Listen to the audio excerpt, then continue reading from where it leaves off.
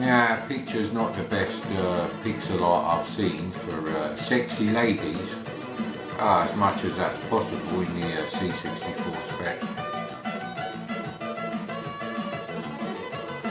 I mean, the crowd there looks like a collection of fucking rotting mincemeat in the distance.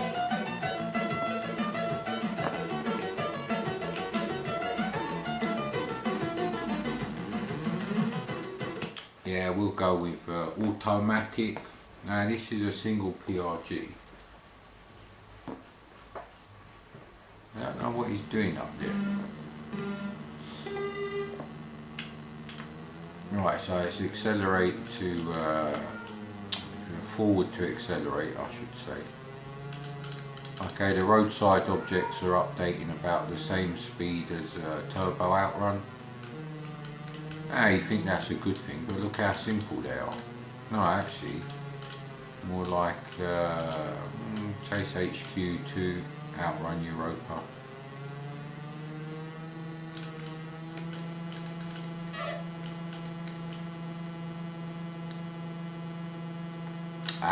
I was watching Rollerball yesterday, and you know the some of the sound effects when you're starting, or the instruments, if you want to call them that, on pole position, the arcade, they sound suspiciously like the 1977 film Rollerball with the iconic James Caan. Yeah, he's brilliant. I actually look out for relatively well-made films starring James Caan. The last film I ever saw him in was horrible. It was like some millennial prick playing a prank on someone to make him think that his dead wife was trying to communicate with him, and he beep at the end. So the little millennial cocksucker outwits James Caan. I don't think so, sir. James Caan is from a superior generation, the same generation as my father. No, Darth Vader is not my father, and nor is Ra. Let's not get into the whole ancient Egyptian thing. And why did ancient Egypt get ruined? Because my fellow countrymen, led by Alexander the Great, fucked it up, innit? So they're faster than you, so you can only really overtake him on the corner. He's actually pretty good. But I'm in first position anyway. So sometimes the trainer's alright.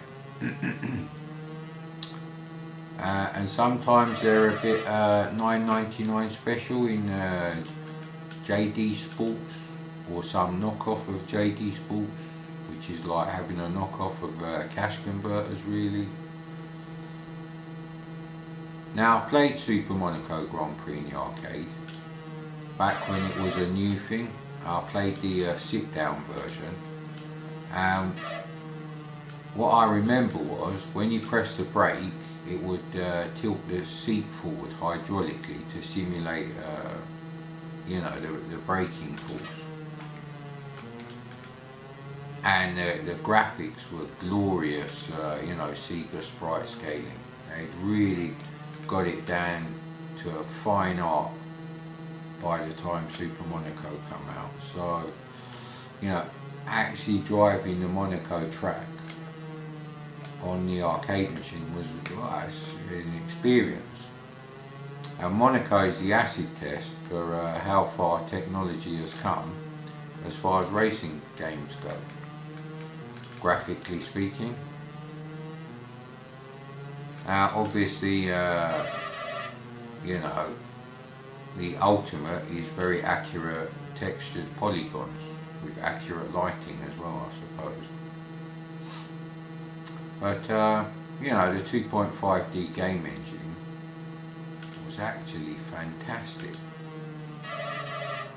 The tilt on the seat when you accelerate and brake the speakers right next to your ears, giving you that sense of,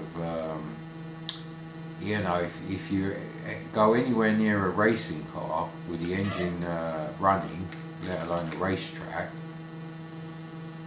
as they're going by, you'll know how powerful that sound is. It's not just loud, it just blocks out everything. So they've got speakers right next to your ear, like in the headrest area. So obviously with cheats this is very boring, but I'm not catching them up with the automatic gearbox anyway.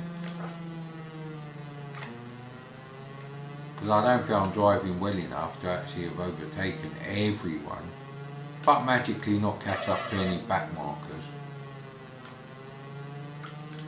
Actually plays fine. You know, the roadside objects are shit. That's the trouble with these C64 games.